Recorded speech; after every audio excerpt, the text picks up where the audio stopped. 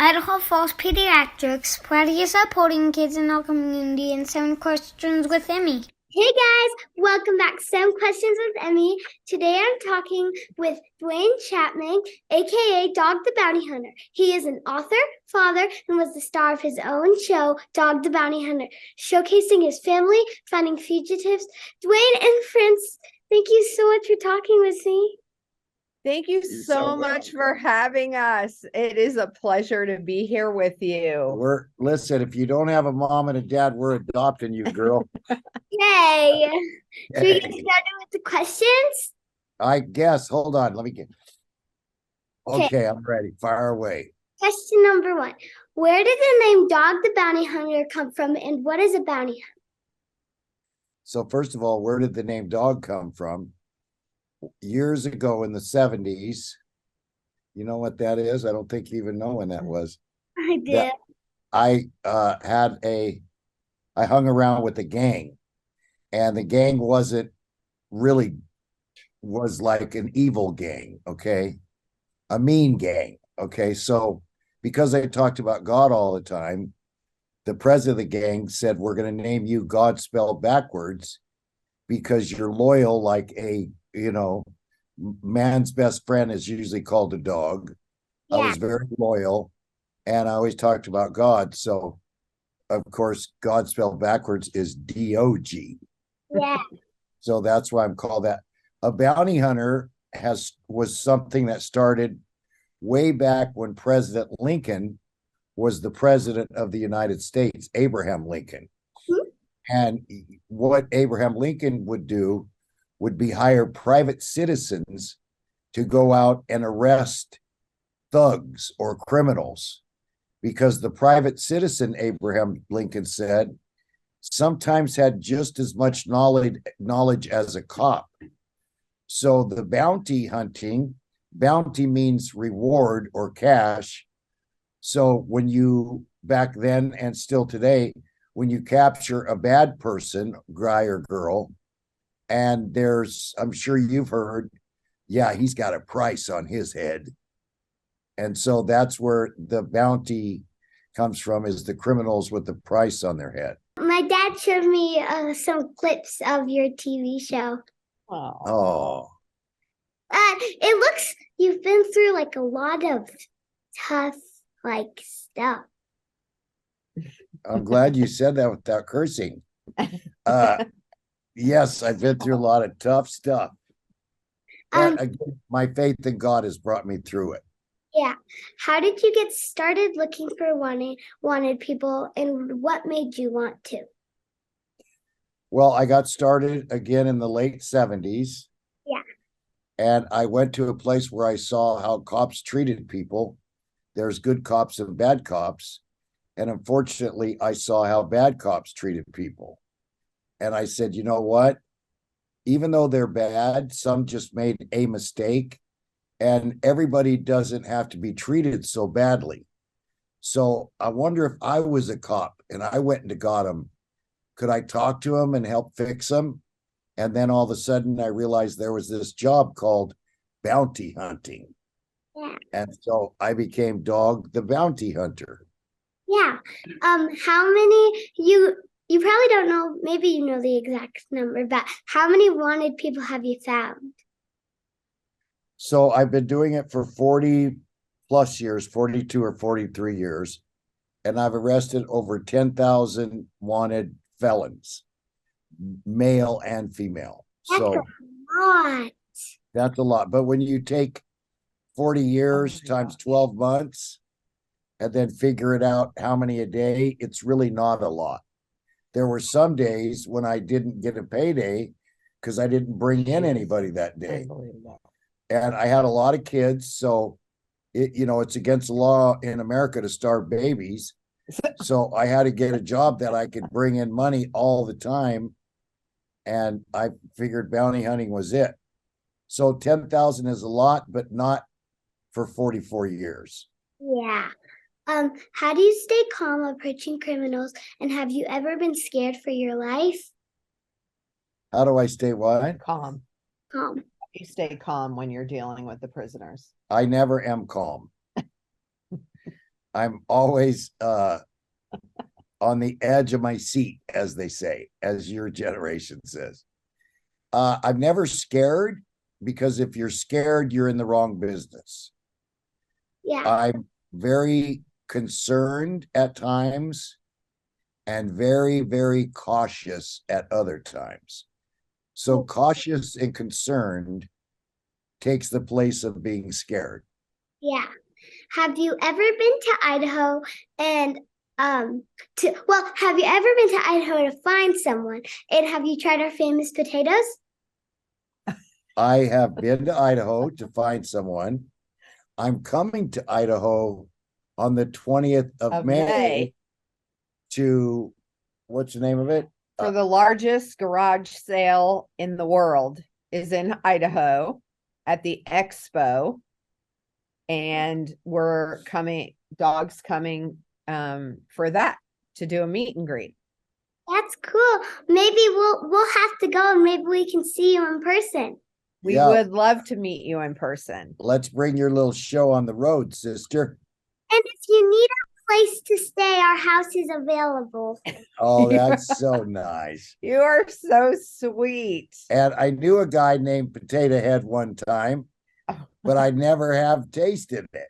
Hey, I love Lay's potato chips. Oh, yeah, they call them spuds when I was your age. We Idaho. have Idaho Spuddy Buddies. I have this little, so they normally give out like tiny little ones, but I have this. I think actually I have one right here. Oh, A Spuddy Buddy. Oh, that's yeah. so cute. I love it. We'll have to, if we go to the garage show, we'll have to bring you guys one. Okay, Well, we listen, would love that. Do you have that on your website for sale? No, I don't have a website. What the heck? You better after today. My dad, I'm on his website, not my own website. I have Well, Facebook and Instagram. She's a little young for How her old are own you now? website. Gotta be 10 in June. Oh, okay. You got to be at least 13, the teen age. Yeah. So you should put those on your dad's website. He can write you a check. Spuddy Buddy for sale. I'll get him on that. Yes, good job. What's been the coolest place that you visited tracking down bad guys? The coolest place I visited tracking down bad guys, probably Mexico. I really liked it there. I liked the people there. And it's nice and warm. Huh? It's nice and warm there. And I was just gonna say, I Yes. like the weather. I don't like the cold. We live in the cold, so. So sorry. And one time it was like snowing on my birthday. No. When's your That is birthday? so lucky. In June. Wow. So my birthday's in June too, on the 20th. And I love the snow. So I would love it if it snowed on my birthday. That year it wasn't fun because I was supposed to have a water party. Okay, so then that's not good. Yeah. So I love to snowmobile. Yeah. And so if I could snowmobile on my birthday, that would be amazing. But I usually don't get to do that. Yeah. So, Can you tell me about your book that's coming out this year? The book's name is, tell her. His new book is called what is it called? Nine Lives and and Still- Counting. And still counting. 9 Lives and Counting. So it's like a cat joke for Yeah. the dog. Yeah. So it's from the part of when my last book ended until up to date now. It's how Francie and I met, what's going on in our life. Francie's starting a foundation for battered, beat up women.